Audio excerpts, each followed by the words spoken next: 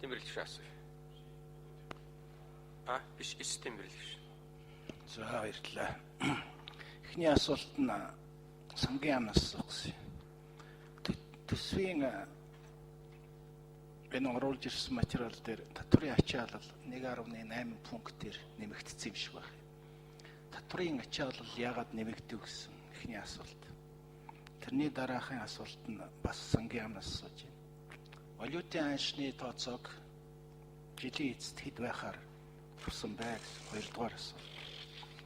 Гуравдугаарх нь Батбаяр сайдаас дотоодын нийт бүтээгдэхүүний дефляторыг тооцсон уу?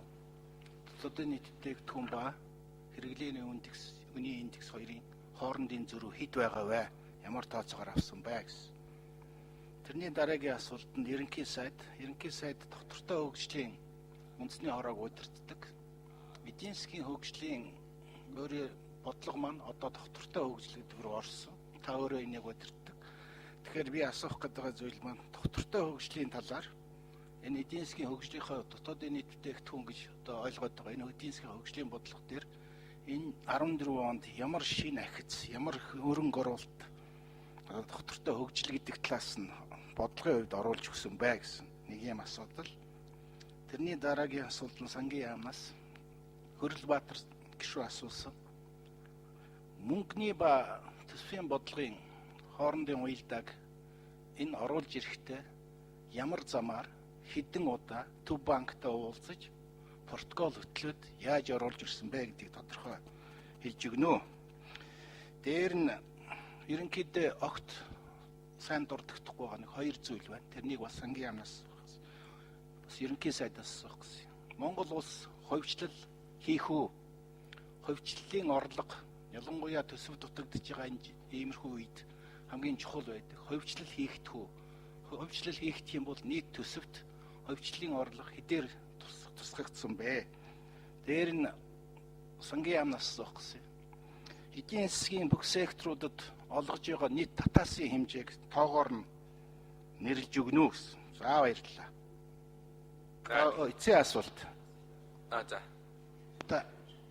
За тэмдэглэж 1 минут. Энэ эдийн засгийн хөгжил гэж яриад бид нэг юм мартагдчихад байна л да. Тэр нэг бага хүний дүнтэй байх. Хүний хөгжилд зориулсан эмнэлэг, сургууль, энтрээс гадна ядуурлыг ямар хувиар бууруулах гэж Эрдэнэ сайдын төсөвт тусгаж өгсөн юм бэ?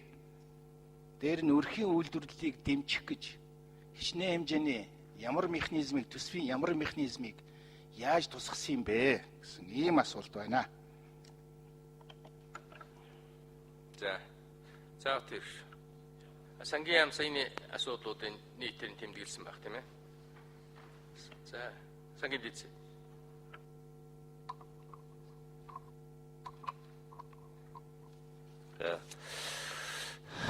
Тэмдэглэл гишүүний асуусан ихний асуултанд хариулъя. Татврын ачаалал яагаад нэг пунктээр нэмэгдсэн бэ гэдэг. Энэ дотоодын нийт бүтээгдэхүүний өсөлтөнд татвар нөлөө бүхий уул уурхайн салбарын өсөлт нь төрүүлж өсөж байгаа. Энэтэйгээ уялдаад татврын ачаалал нэмэгдсэн харагдаж байгаа. Тэрнээс татврын хувь хэмжээ нэмэгдэж татврын ачаалал нэмэгдээгүй хэвээрээ байгаа. Өөрөөр хэлэх юм бол бүтцийн өөрчлөлтөөс энэ асуудал өөрчлөгдөж байгаа. Төсөвт валютын ханшийг 1384 гэдэг тоогаар авч тооцсон. 1384 жилийн дунд жишээ. Гишүүн нэлийн асуудлууд байгаа шүү дээ. Сангийн яам. Өмч өвчлөлийн орлогоор 26 тэрбум төгрөг эрхчил төлөвлөсөн байна.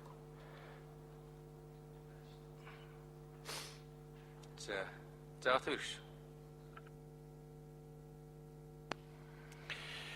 За бизнесийг дэмжих ер нь бодит салбарыг дэмжих ажлын байр нэмэгдүүлэх гэдэг бол бидний мэдээж хэрэг гол тавьж байгаа зорилго. Тэр хүрээндээ гэх юм бол ерөнхийдөө ямар ч та анзаарч байгаа бол урд жилүүдүүд төсвийн хуулийг орж ирэхэд заавал ч татврын хууль орж идэг байсан бол нодонгоос эхлээд төсөв батлахад татврыг нэмэгдүүлэхтэй холбогдвол болон татврын өөрчлөлттэй холбоотой хууль орж ирэх байсан. Энэ жил бас тэр дагуу орж иж байгаа. Ер нь бид нар татвар дээр илүү доктортой бодлого баримтлагсаа үзэж байгаа. Тэр ч утгаараа сая хөрөнгө оруулалтын хуулийг баталж тэн дотроо гол дөрвөн татвар болох аж ахуйн нэгжийн орлогын татвар, гайлын татвар, нэмэн үртгийн татвар, ашиг боловсролын нөөц ашиглалтын татварыг одоо докторжуулах энэ одоо асуудлуудыг туссан байж байгаа. Өрхийн бизнес дэмжих хүрээнд бол бид нар бол үндсэндээ жижиг дундад бизнесийг дэмжих зорилгоор бол гол нь бидэрт гол нь юу гэж байгаа бол энэ бизнесээ таатай орчин бүрдүүлэх тэн дотроо гэх юм бол энэ томоохон одоо төсвийн худалдан авалтуудыг энэ жижиг бизнесээр дамжуулж хийдэг энэ тогтолцоог бий болгох тал дээр анхаарал хандуулдаг гэж үзэж байгаа. Тухайлбал ингээ батлан хамгаалах салбар гэж хэлж байна. Уг нь манай хэлийн цэг гэж байж байна. Уг нь одоо энэ шүүгэн шийдвэрлэх газар гэж хэлж маш том худалдан авалтууд явагдаж байгаа шүү дээ. Тэрийг бид нар жижиг бизнесээр дамжуулж хийх асуудлыг бол шийдэх цаг болцоо. Тэгэхгүй болохоор бид нэг голдуу урдаас импортоор юм оруулж ирж байгаа байхгүй. Энийг бид нар арай өөр байдлаар зохицуулах гэсэн хандлага орж иж байгаа. Энэ бол илүү зохион байгуулалтын чанартай асуудлаар хөндөгдөнө. Нөгөө талтай гэх юм бизнесийг дэмжих гэсэн утгаараа бол экспортыг дэмжих хөтөлбөр саяхан батлагдсан. Тэр хүрээндээ бид нар экспортыг дэмжих, импортыг орлох үйлдвэрийг илүү дэмжих гэсэн чиглэлээр хандж байгаа. Тэр хүрээндээ бол тэр ойрын үед бол 1 тэрбум доллартай тэнцэх хэмжээний хөрөнгө оруулалтыг бол энэ салбаруудад чиглүүлнэ гэж үзэж байгаа. Энэ бол одоо хөгжлийн банкны шугамар хийгдэх ажлууд болно. За дотоодын нийт бүтээгдэхүүнтэй холбоотой асуудал гэж аваад үзэх юм бол ерөнхийдөө бидний яг том утгаар ярих юм бол жил болгон бид нар 2 онтой тоонд өсөлттэй байж байна. Энэ онд ч гэсэн 2 онтой тоонд өсөлттэй гарна. Ингэснээр бид нар бол одоо зах зээлийн харьцаад одсон 20 гаруй жилийн хугацаанд 5 дахь удаага 2 онтой тонн өсөлттэй явах гэж байгаа. Дараас нь 3 дахь жилдээ дотоодын бүтээгдэхүүн 2 онтой тонн өсөлттэй гарах гэж байна. Цаашлаад нь өсөлттэй хангаад явна. Тэр хүрээнд эннийхээ цар хүрээ өгөөжийг дээшлүүлэлттэй холбогдсон асуудлууд дээр илэрхийлгүй анхаарч байгаа. Тэн дотроо одоо үйлдвэржүүлэлтийн хэсэг дээр илүү бид нар төлхөө анхаарсан энэ бодлогуудыг бол тусгасан байж байгаа. Нөгөө талдаа гэж үзэх юм бол ер нь орон нутгад илүү их мэдл өгөх, илүү бодит одоо бүтээн байгуулалтыг хийх бололцоог орон нутагт тэр тусаа хувийн хвшлийнхэнд өгөх гэсэн утгаар нь ажиллаж байгаа. Тэр хүрээндээ би сая хэлсэн эдийн засгийн хөгжлийн багц хууль гэж одоо орж ирнэ. Тэн дотроо бид нар өнөөдрийн дараг мөрдөгдөж байгаа бидний хэл заашаа тендерийн хууль, за концессийн хууль, за төсвийн тухай хууль тавьчихна. Бус туйлуудыг өөрчлөхөөр орж ирнэ. За баярлалаа. За